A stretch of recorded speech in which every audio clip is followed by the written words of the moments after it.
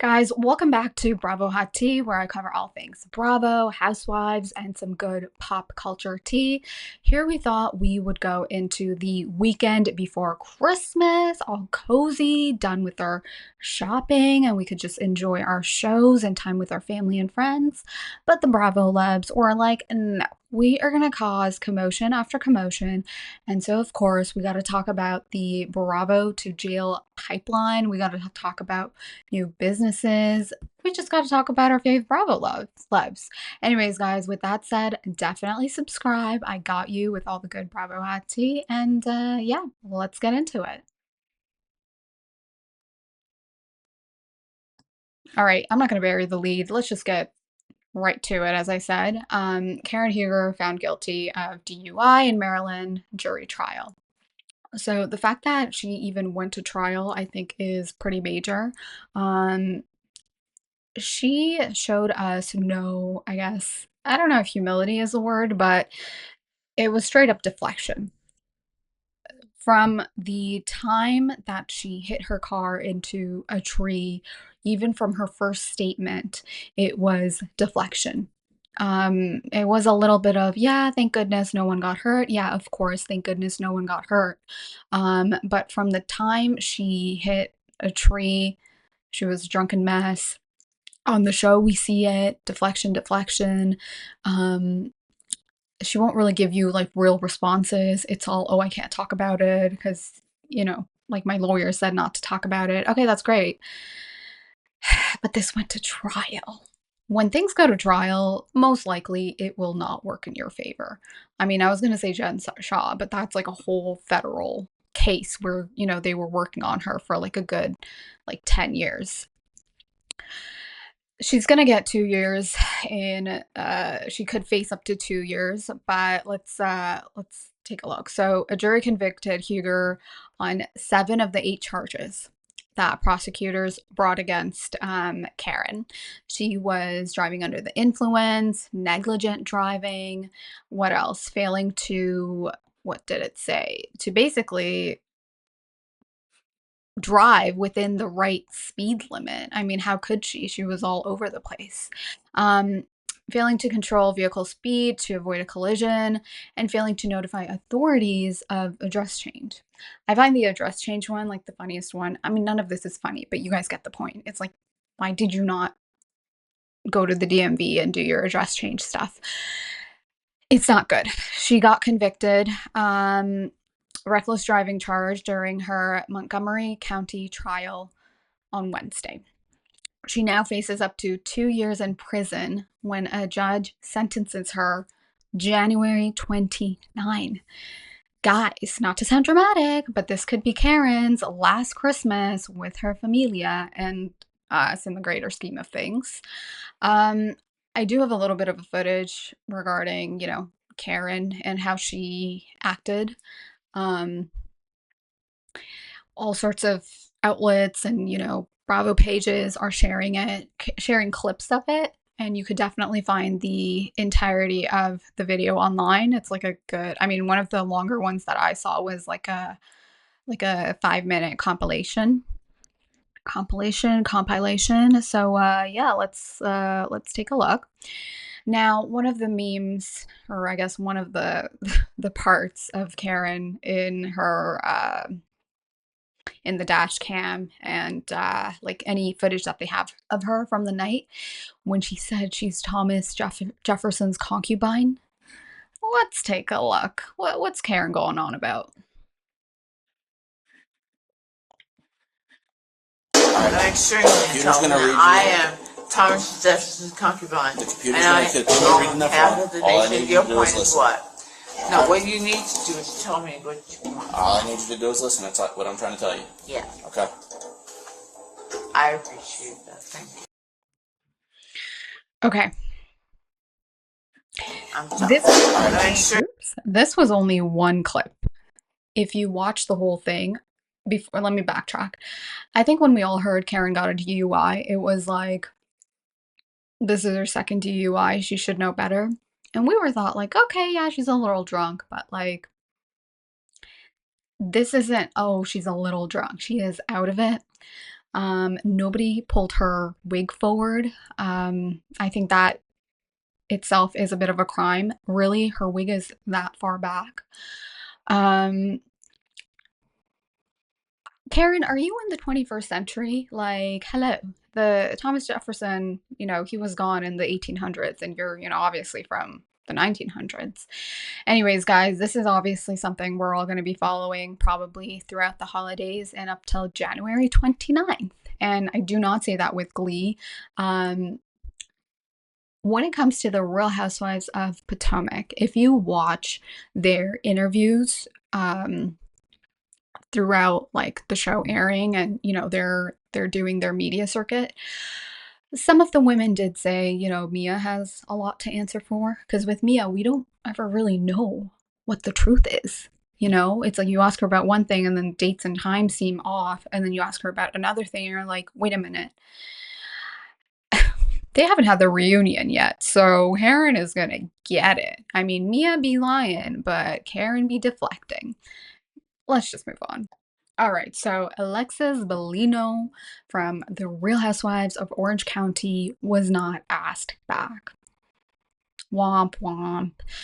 Look, I'm sure a lot of people are happy. I mean, what I'm happy about, I mean, obviously I don't want to see, someone go and not get a paycheck, but whatever Jim Bellino pays her, she's doing just fine. She doesn't need our tears. What I'm happy about is we are not going to continue the Alexis Bellino, John Jansen, torturing Shannon Beater storyline.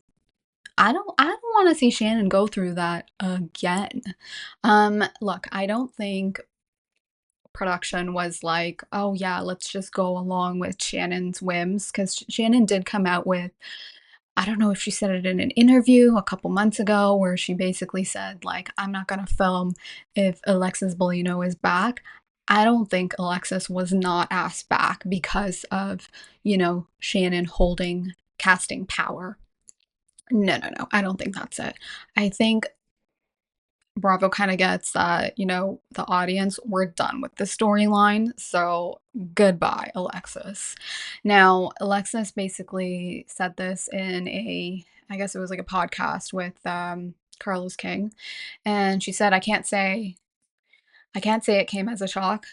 It did not come as a shock. It was a hard conversation, I guess. I wasn't really prepared.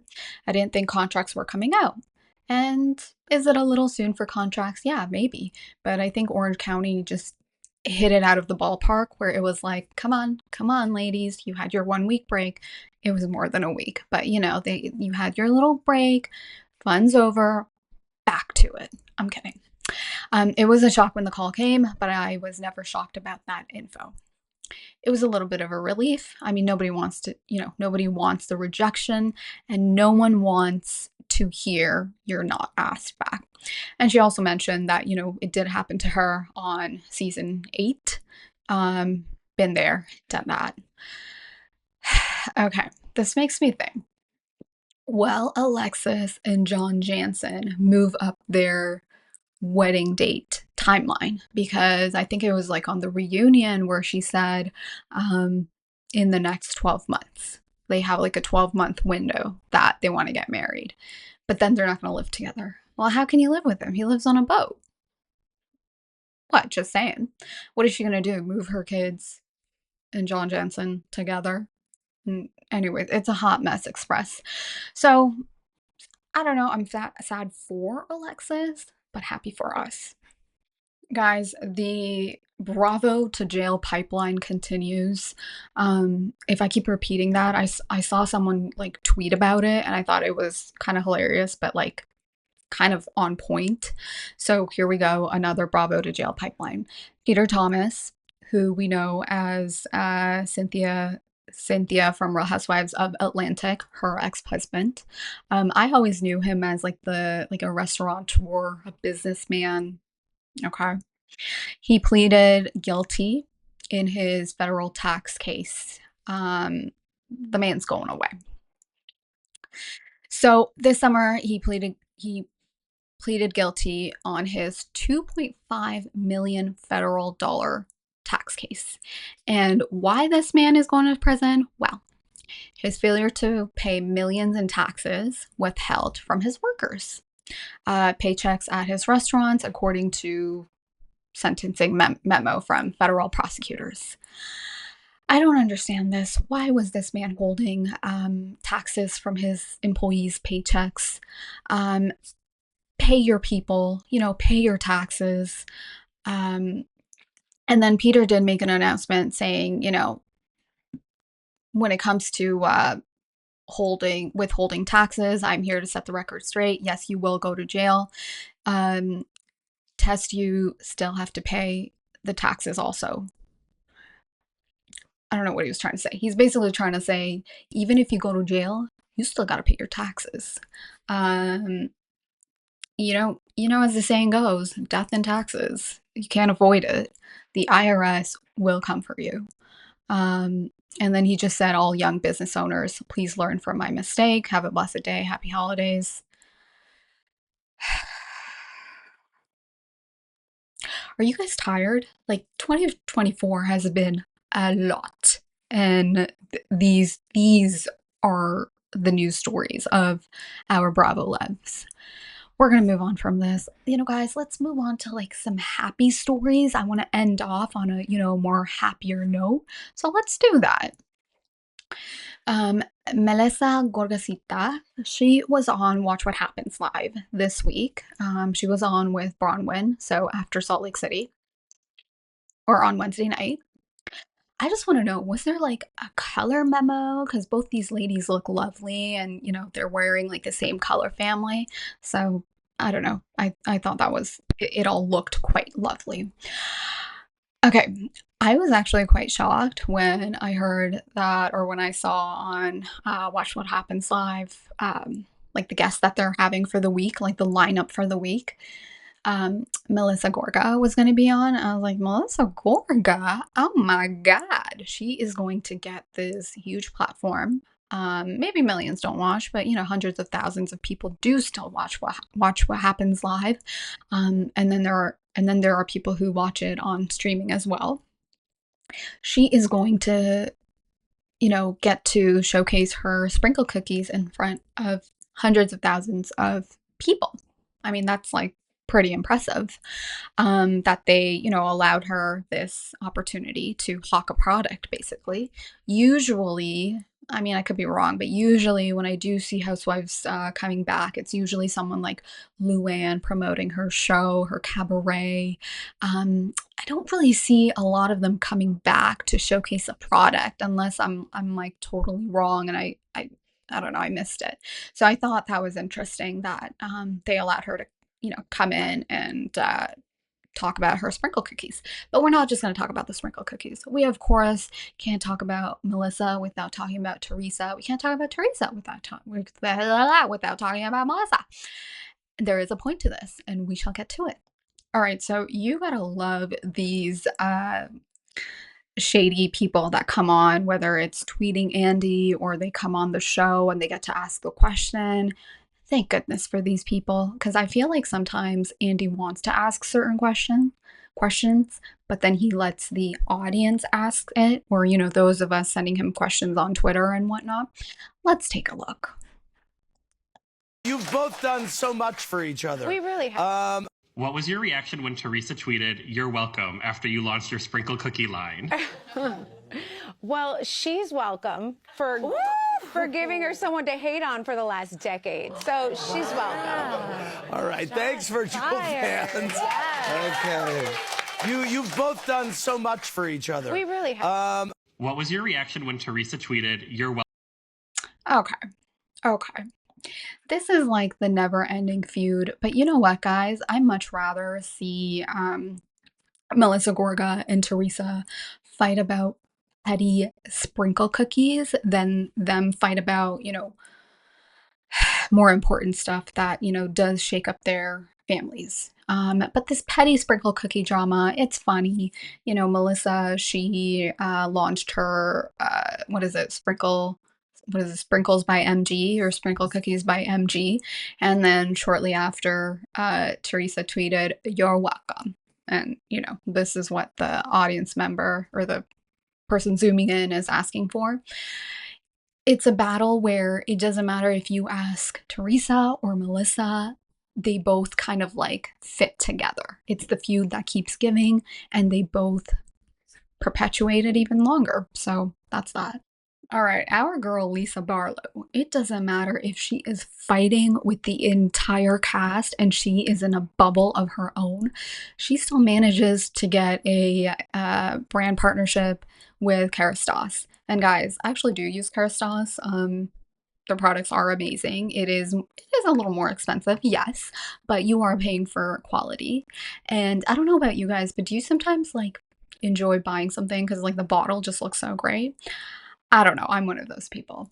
But anyways, I saw this when your gift of being critical at the wrong time gets you a deal with Kerastase from Did You Say Bravo? Really great memes. Let's actually take a look at the commercial or the partnership video together. All right, here we go. To bring you the best sleek, shiny hair for the holidays, every stocking should have a product from Kerastase in it. One of my favorites is Thermique. It's the nectar. It's great if you live in a dry climate and you want your hair to feel super hydrated. If you have hair that just soaks up everything, like I do right now, you definitely want this Thermique nectar product. It will make every day shiny and bright. And if you have dry, damaged hair, the Resistance Thermique is the product for you. And if you have colored hair and need a serum, this is the one for you, Serum Chroma Thermique. Every product in the Thermique line, it has a heat protectant in it. If you're using your hair dryers, flat irons, curling irons, you need this. Happy holidays to you. Good for our girl Lisa Barlow. I just find it so funny that Angie Katsanevis, who is a hair salon owner, she's not just an owner, she has an entire salon franchise. She was the one reading Britney for filth when it comes to that, that mess that she had on her head. And then it's Lisa Barlow who made one, little comment like, you should really use Kerastase. And she's the one that gets the brand partnership. I don't know. I think that's kind of fun. That's kind of cool. Miss Lisa Barlow, she keeps on winning. Good for her. All right, let's move on to Variety. Variety's list of most powerful women on reality TV.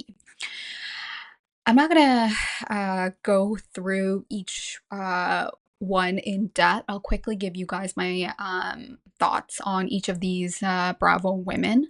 Now, there are 30 spots on this list, and of the 30 spots, our fave Bravo women got more than a third of those spots. So I don't know if it was bought and paid for, or how it worked, or Variety just has such an amazing relationship with NBC/Bravo, and they were like, let's, give a lot of these spots to the women of Bravo. And the reason I am making such a point of the number of Bravo women on this list is because you and I, we love our Bravo girls. We do. They're our girls.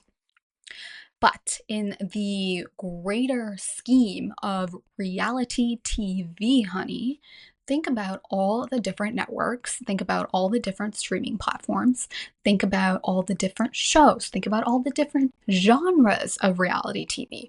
So for the women of Bravo to take 12 of the 30 spots, I think that's interesting.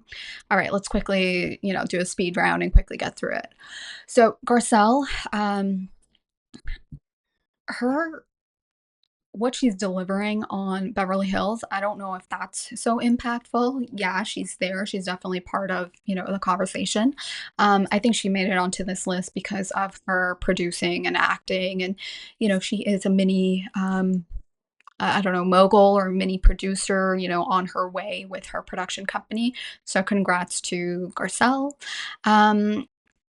Dolores Catania.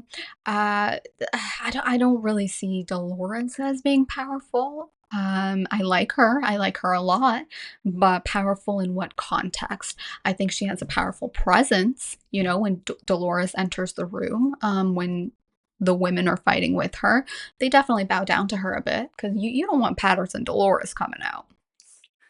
The girl from Summer House, guys, I don't watch Summer House. I'm actually blanking out on her name, but I know she's had quite the year. You know, that Carl guy breaking up with her, what was it, like a week before their wedding? Her just being like a phoenix rising out of ashes, finding this man who has a great job in, I don't know if it was medical sales, but it has to do something with like pharmacare or the medical industry. I'm butchering it so badly, but she found a great man and he seems rich, honey. In the words of Lisa Rinna, rich. Anyways, she's done great and now she just had her baby and great for her. Lisa Barlow, powerful. I don't know about powerful, but I like Lisa Barlow. She's always doing something and, you know, in front of our screens. Ariana Maddox. She's the most obvious one. The way this woman has taken her, you know, pain of being cheated on in her own house, the you know the talk show gigs, the Dancing with the Stars, all her brand partnerships, she definitely deserves to be on this list. Oh my God, I'm forgetting her name, guys. Actually, I did not forget her name. I was about to call her Gordy, and I'm like, that is not her name in my head. It's Gertie. I haven't really like kept up with the Miami girls for a while, and so it's kind of like out of sight, out of mind. Okay, Gertie, she definitely deserves to be on this list. How she, not just her, how her family showcased Gertie's journey with cancer, her treatment process, her husband being there for her kids being there for her real honest truth as she was going through it, her bravery. She definitely deserves to be on this list. We got Shannon Storms Beador. Most powerful. I don't know about that, but definitely one of the most entertaining. Okay, we got Brittany from VPR and now The Valley. Again, I don't know about powerful, but Brittany seems to be on the up and up. She got rid of 200 pounds of dead weight, so congrats to you, Brittany. And I'm not talking about Ozempia or any of that stuff. We're talking about Jax, her dead weight. So I'm glad she got rid of him and she's on the up and up. I think she has like a new bar or a new restaurant right around Jax's. So if that's true, good for her. Anyways, she's on the list. Again, powerful, I don't know. Giselle, I'm just gonna get right through this one. I don't know why she's on this list. Phaedra, most definitely. And Phaedra was on 3 big different shows this year. So obviously, she was on Atlanta. She was on Married to Medicine and Dancing with the Stars. And when I say she was on Real Housewives of Atlanta, they filmed it. It hasn't aired yet, but it'll air soon in the new year. But when I say she was on 3 shows, she filmed for 3 shows. So Phaedra is back, honey. We got The Captain. I don't know too much about the show, but I know she is a boss, so she definitely deserves to be on. And then I think she's one of the doctors on Married to Medicine.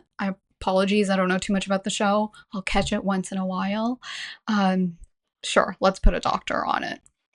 And last but not least, when life gives you oranges, you put them in a bowl or whatever Katie Genelia's post was. I like seeing these ladies come together post filming and hanging out because, you know, there are women on some of these shows where once they stop filming, they don't see each other for, you know, like a good 4 months. And then the cameras pick up and then it's like, oh, hi, how was summer? How was, you know, how are the holidays? It's like, well, weren't you guys talking? So it's really nice to see Jen and Katie, and that, you know, Shannon is also out and about with them. I'm enjoying seeing this, and obviously Alexis is no more. I'm gonna assume these three are safe and they're coming back, and I'm happy to see Shannon have an ally going forward. Not just relying on Vicky, you know, coming in for a couple scenes, but she has some true authentic friendships with actual women who are orange holders on the cast. Guys, that is your messy week roundup. I didn't even know what to call, you know, this today. Like, oh my God, so much has happened in the last like 2-3 days. I didn't cover the James Kennedy and Allie story. I just feel like there's so much developing. More needs to be, you know, I think more needs to come out as to what happened, and there seems to be an investigation that will go on. I don't know. I kind of wanted to, you know, end off on a high note, talk about some happier stuff. I don't want to see any more Bravolebs go to jail. Happy holidays, guys. The recaps will be back, and I can't wait to, you know, get back at them. Subscribe if you haven't already, and turn on your notifications. And then that way you always know when a new video is out. With that said, get your holiday shopping done if you haven't already, and I will talk to you guys later.